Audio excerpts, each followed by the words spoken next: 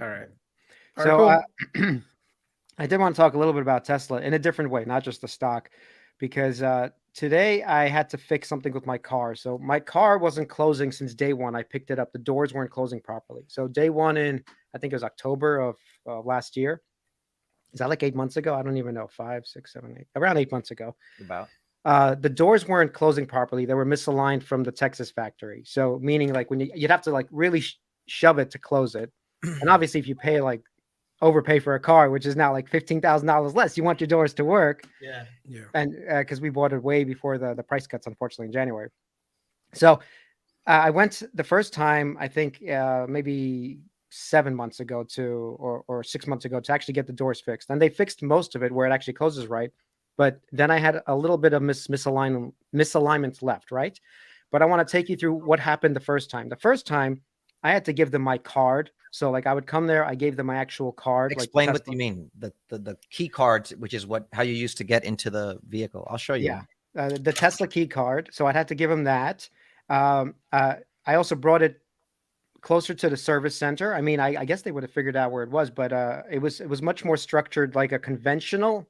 It's not a conventional place, but it was much more structured like it. You have to give them the keys. You have to bring it closer to the service part. Okay. And then I waited there. They actually gave you an Uber credit.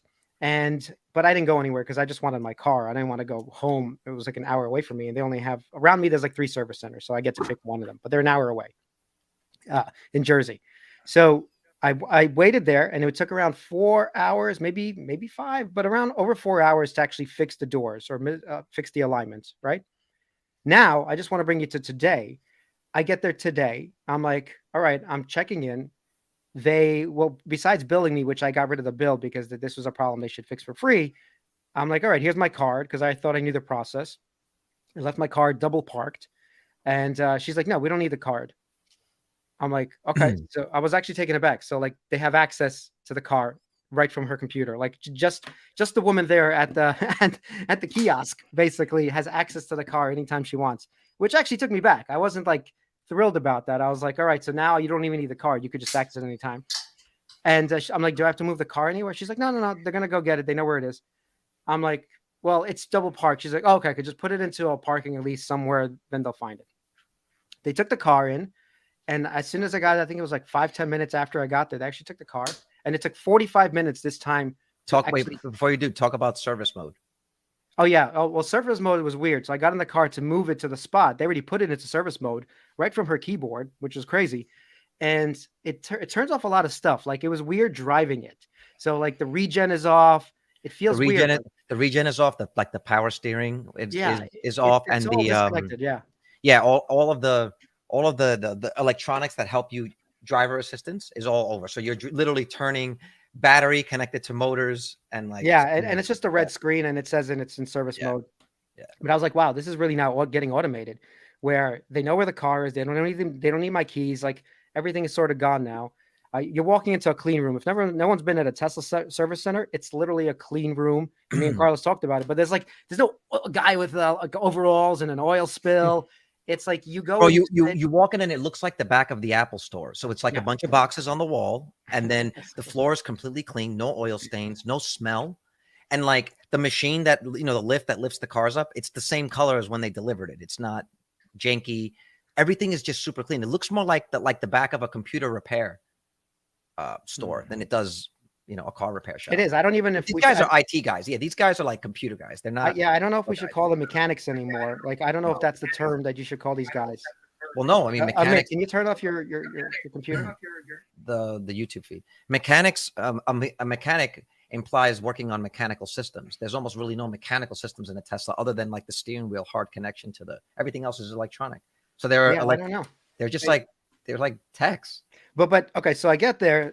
This happens pretty fast, but you get there and it's packed, by the way. So everyone was thinking like, oh, Tesla, as they release more cars, obviously Elon says the best part is no parts. And I'm looking at it. There is like just hundreds, maybe thousands of cars. Like they're just littered everywhere. They're double parked. They're everywhere. Yep. You look inside the service center. Every lift is taken. There's cars just standing there. Techs are moving all around. So right away I started thinking, oh my God, this is like a massive bull case for Tesla because like yes, we don't want to service our cars, but yes, you're going to service a Tesla car. And if their fleet is only 3 million cars, right? If their fleet is only 3 million cars currently today, and they're going to make another 2 million and then another 3.5 million as 50% compounded time goes on, what happens to actually servicing all these cars? So I still haven't looked fully into if they even break it out. I don't know if they do, but what is the servicing income that they get? I don't know if they actually break this out in terms of like just seeing what happens there, because that's going to double, triple, quadruple as these next couple of years happen. So we'll talk about it in a second, but I also want to mention that when I got my car, I was ready for 4 hours, by the way. I was ready to sit there.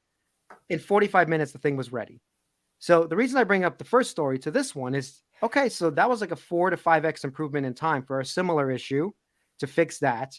The whole thing has become completely automated. That's the second thing. The third thing is like, it's all like privacy. We should talk about privacy concerns here because they control my car. Like if they want to steal my car, if they want to shut me down in the middle of the road, they apparently have the ability to do it at any time.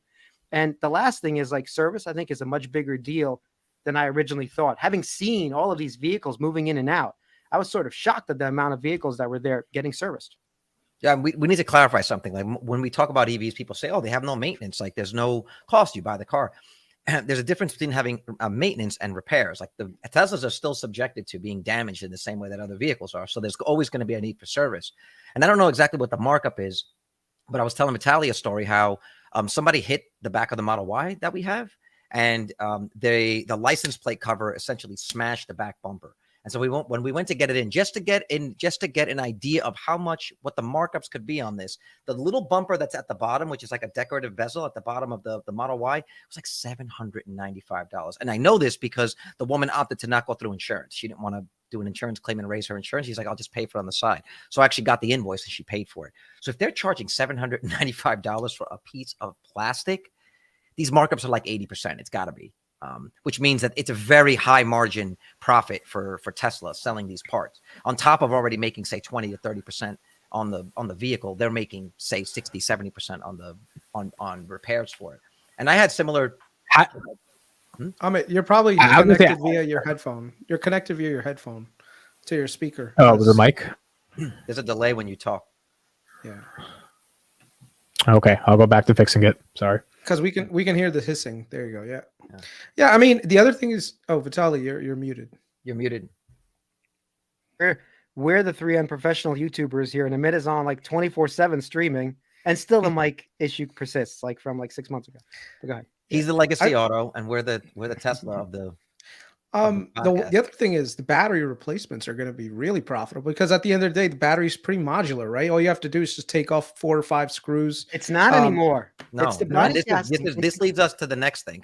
So VITALY and I were talking. There was a guy who tweeted. I gotta find this thing. I gotta see if I can find it. Maybe when someone else is talking. There's a guy who tweeted and he was getting sick of Tesla charging them. He was saying he has Tesla insurance. So Tesla insurance is basically dynamic pricing based on how you drive. So if you're a safer driver, you're going to get less of a bill a month. But he kept getting banged because he's getting out of work at 10 p.m.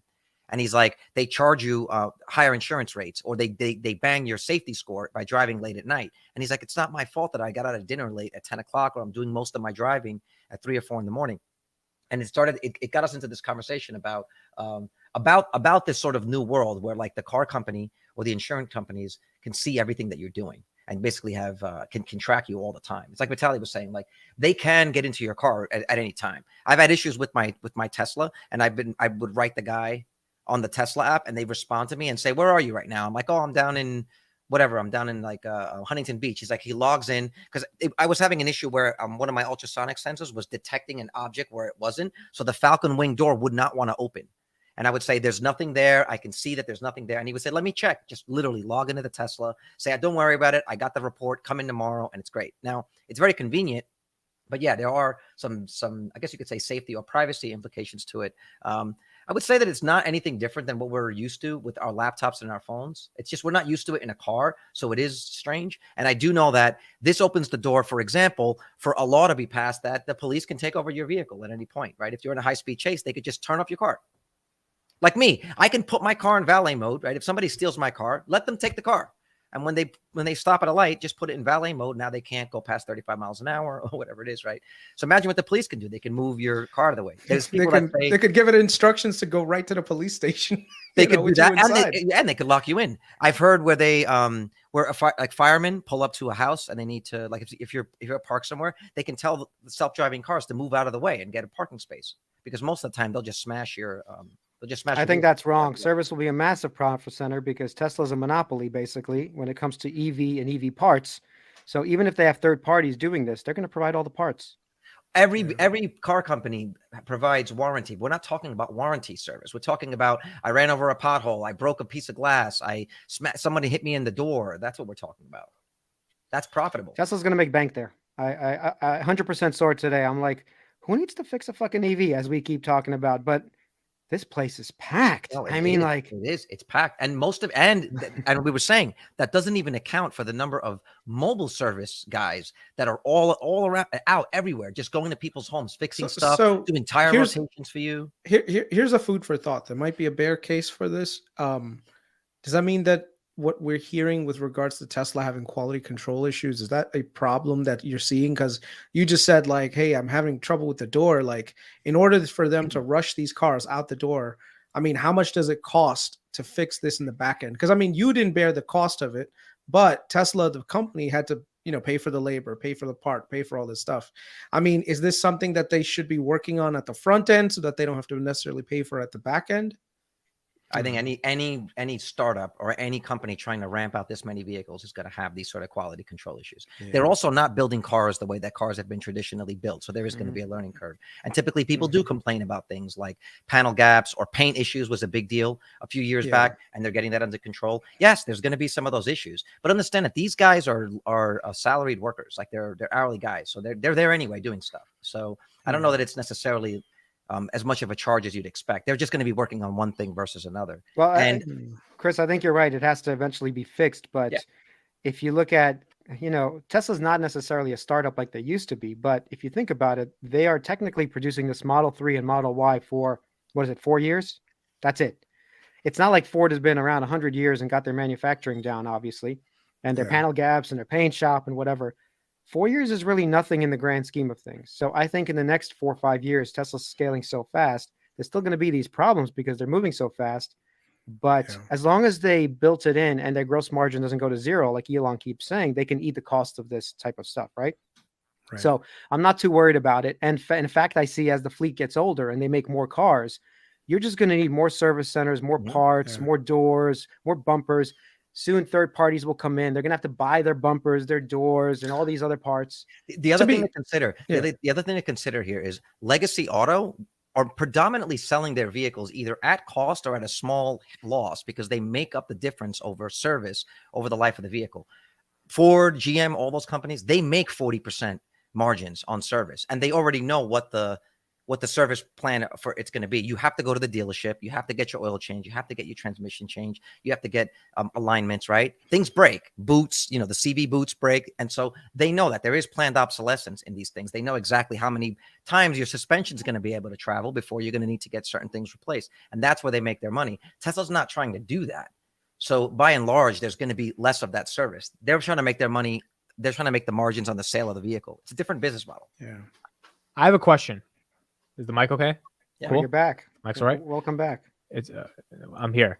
Let's say when FSD becomes a thing and the car is driving itself and it drives over a pothole, do you have to pay for that? Because that's the car's mistake.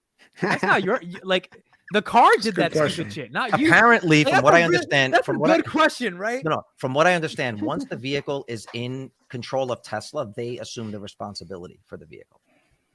So how are they going to get all the service revenue you're talking about when FSD happens and the car keeps doing fucking mistakes? Well, won't Tesla have to cover that? Yes, if FSD actually happens in any way, I think in the beginning, first of all, they will have to cover it.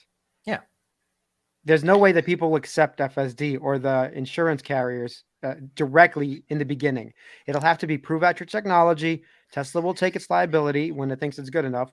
And that's the way it's going to have to proceed.